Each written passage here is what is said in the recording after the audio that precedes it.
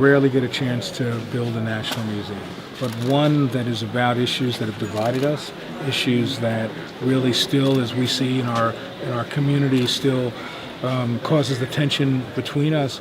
To be able to say at the end of the presidency of Barack Obama, to say that this museum will be a safe space to have those conversations, to help you understand what has gone on before, not simply to look back in nostalgia, but to use that as a useful tool to understand the world we're living in today. Important to me was to realize this museum is in Washington. So while it tells national stories, it's got to take care of home. So on the one hand, it means that there are educational programs geared just to Washington, Maryland, Virginia.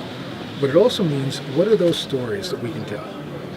You referenced the story of May Reeves, who was this wonderful woman who created a shop, and her daughter gave us the hats, and so we have the story of her life. Or we have the story of Joseph Trammell, who was an enslaved man in Loudoun County, who had his freedom paper and was afraid that if he lost it, he would never survive as a freeman. So he made it a little tin wallet, he called it, a little box that he made, and he put that paper in it every day when he went to work so it wouldn't get destroyed. And his family kept that for generations and gave it to us. So we can tell these stories that are local, that have national significance, that they allow us to humanize. So rather than the story of slavery, it's the story of Joseph Trammell. And so that's what DC allows us to do.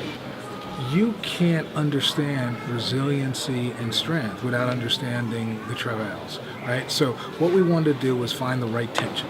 And so literally when we were doing exhibitions, I actually kept a cheat sheet and said, okay, how many things of great difficulty, how many things of great resiliency that helped me think about to make sure that as we went through the building that you'd find those things in both areas. What is the way that we think about sport, for example? But rather than simply say, here's a gallery that says, see how fast they ran, it also says, but here's what this means. Here's how sport provided a role in the struggle for integration.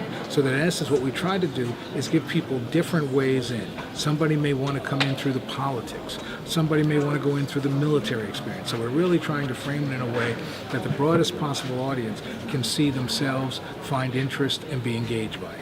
We've actually created a 3-day festival on the mall where you can see groups like The Roots, or you can basically hear spoken word, poetry.